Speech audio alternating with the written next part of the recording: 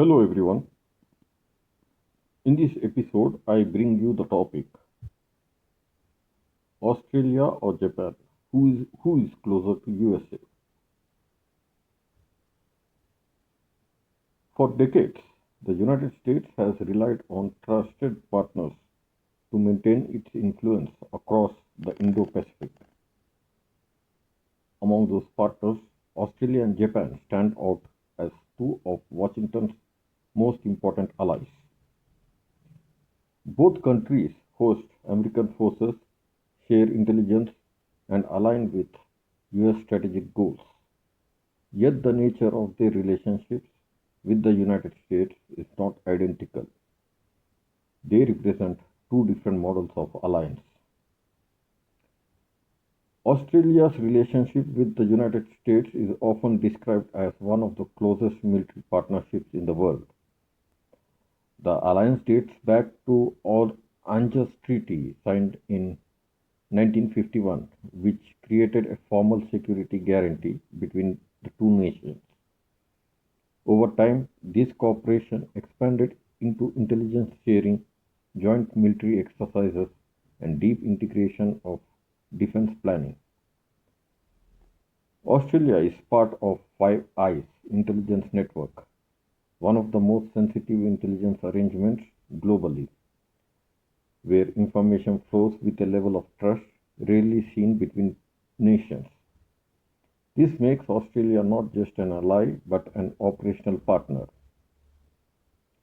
Japan's relationship with the United States is equally central but structurally different.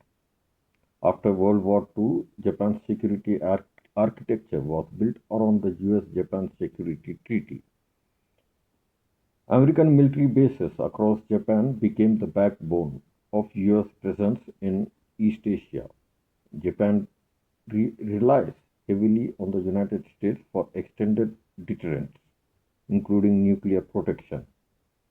In this sense, Japan represents a strategic anchor, a geographic platform that allows the United States to project towards China, Korea, and the wider Pacific. The difference emerges in autonomy. Australia often operates alongside the United States by choice, joining missions and shaping joint initiatives such as AUKUS. The partnership focuses on advanced military technologies and nuclear powered submarines. Japan, by contrast, has historically operated within constitutional constraints that limited the military role. Although this is changing, Japan's alliance has long been more dependent than symmetrical. Economics add another layer. Japan remains one of the largest investors in the United States and a central player in global supply chains. Its technological strength makes a partnership economically strategic, especially in semiconductors and advanced manufacturing. Australia's economic role is different. It provides resources, geography, and strategic depth rather than industrial scale. This means Japan's influence this means Japan influences the technological balance of power while Australia shapes military geography of the Indo-Pacific. Trust operates differently as well. Intelligence cooperation between the United States and Australia is deeply integrated at an institutional level, often visible to the public. With Japan, cooperation is expanding rapidly but still evolving due to historical, legal, and regional sensitivities. As a result, Australia sometimes appears closer operationally while Japan appears more critical strategically. From Washington's perspective, the question is not which ally is more important, but how much each contributes to a broader system. Australia strengthens coalition warfare capability and intelligence networks. Japan provides regional stability, industrial capacity, and proximity to major flashpoints. One partner extends reach, the other anchors presence. The future is likely to blur the distinction. Japan is distinction.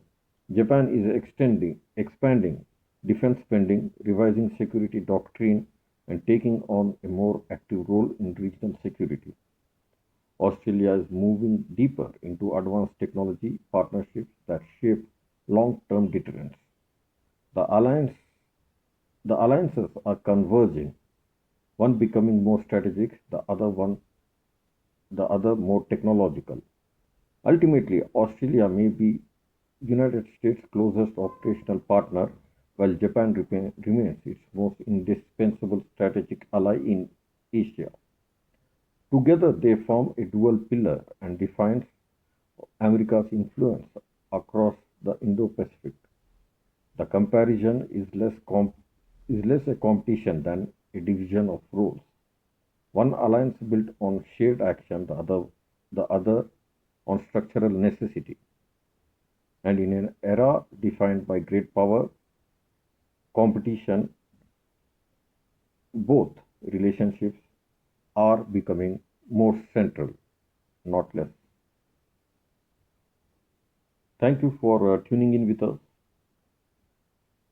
We'll get you more topics like this. Have a great day.